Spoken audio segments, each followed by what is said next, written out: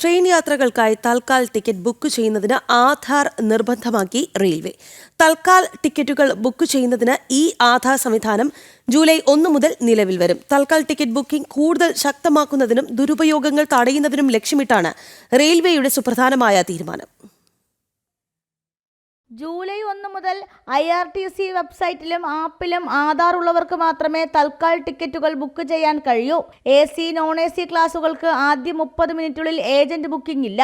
July 15 മുതൽ PRS കൗണ്ടറുകളിലും അംഗീകൃത ഏജന്റുമാർ വഴിയും ഓൺലൈനായും തൽക്കാൽ ബുക്കിംഗിനും OTP അടിസ്ഥാനമാക്കിയുള്ള ഐഡന്റിറ്റി നിർബന്ധമാണ്. തൽക്കാൽ ടിക്കറ്റുകളിലേക്ക് സുതാര്യവുമായ പ്രവേശനം ഉറപ്പാക്കുന്നതിനും യഥാർത്ഥ യാത്രക്കാരുടെ താൽപര്യങ്ങൾ സംരക്ഷിക്കുന്നതിനുമായി തൽക്കാൽ ടിക്കറ്റ് ബുക്കിംഗ് സംവിധാനത്തിൽ ഇന്ത്യൻ റെയിൽവേ പ്രധാന മാറ്റങ്ങൾ പ്രഖ്യാപിച്ചു.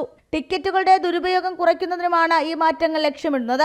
ജൂലൈ 15 മുതൽ ഓൺലൈനായി നടത്തുന്ന തൽക്കാൽ ബുക്കിംഗുകൾക്ക് ആധാർ അടിസ്ഥാനമാക്കിയുള്ള OTPകൾ നിർബന്ധമാകും. PRS കൗണ്ടറുകളിലും ഏജന്റുമാരിലും സിസ്റ്റം അധിഷ്ഠിത OTP വേണം. അംഗീകൃത ഏജന്റുമാർക്കുള്ള ബുക്കിംഗിന് സമയ നിയന്ത്രണം വരും. നിർണായക തുറക്കൽ കാലയളവിൽ ബൾക്ക് ബുക്കിംഗുകൾ തടയുന്നതിന് ബുക്കിംഗ് വിൻഡോയുടെ ആദ്യ 30 മിനിറ്റുകളിൽ തുറക്കുന്ന ദിവസത്തെ തൽക്കാൽ ടിക്കറ്റുകൾ ബുക്ക് ചെയ്യാൻ ഇന്ത്യൻ റെയിൽവേയുടെ അംഗീകൃത ടിക്കറ്റിംഗ് ഏജന്റുമാരെ അനുവദിക്കില്ല.